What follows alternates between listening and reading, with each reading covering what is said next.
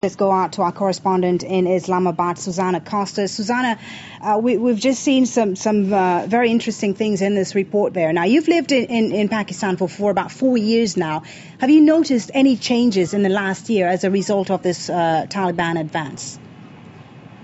Yes, definitely. The atmosphere is one of fear for the advancing of extremism, and most notably in the markets in Islamabad. You will see less people in the markets, especially women will be very careful in the way they dress. And as one woman told me, the men there in these markets, they may be clean shaven and they may look like regular guys, but they might have beards in their stomach, and that says it.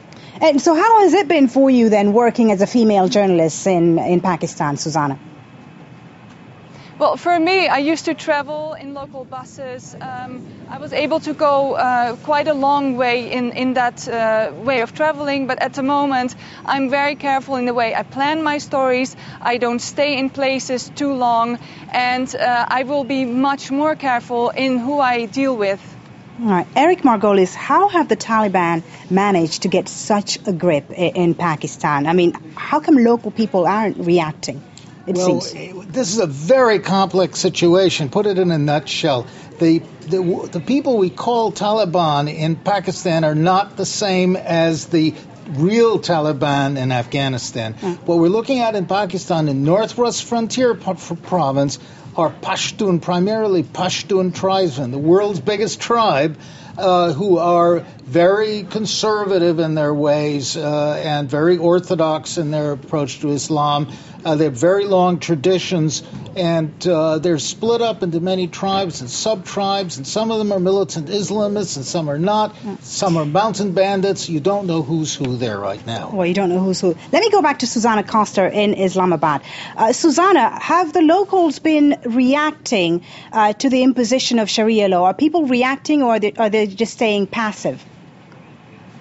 For the last few weeks, for the first time that I've been here, we see sort of an anti-Taliban movement coming up, with even very conservative people joining it. And this all started after the flogging of a girl by the Taliban that made people realize that these Taliban are not representing the Islam that many Pakistanis believe in, which is much more moderate.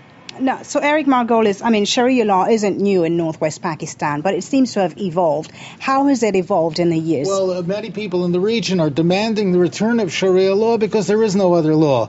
The courts are totally corrupt in Pakistan. You can buy justice or wait forever for it, and they want swift, honest justice. Swat, where the fighting is going on now, the Swat Valley, only joined Pakistan in 1968 or 69, and it had Islamic law at the time. So the people want it back.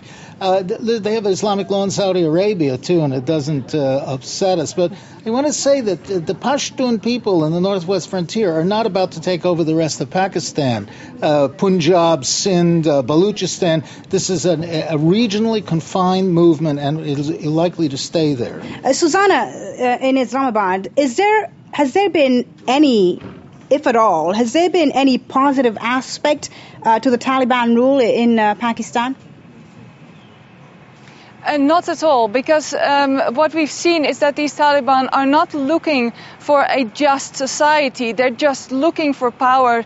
And many of these Taliban or so-called Taliban are joined by criminals, are joined by militant organizations. And there's also the influence of Al-Qaeda, which is definitely helping these people to expand their influence. So, Eric Margolis, what's the solution then? Is it a military solution? What's the solution to dealing with the Taliban? Solution is absolutely the wrong. The reason that so many of them, we have a tribal uprising here, and it's been caused by American attacks, drone aircraft, on a lot of civilians in the region. So you think the military approach is wrong? It's absolutely wrong. They've created 2.3 million refugees. It's going to shake up all of northern Pakistan. It's going to create a huge problem.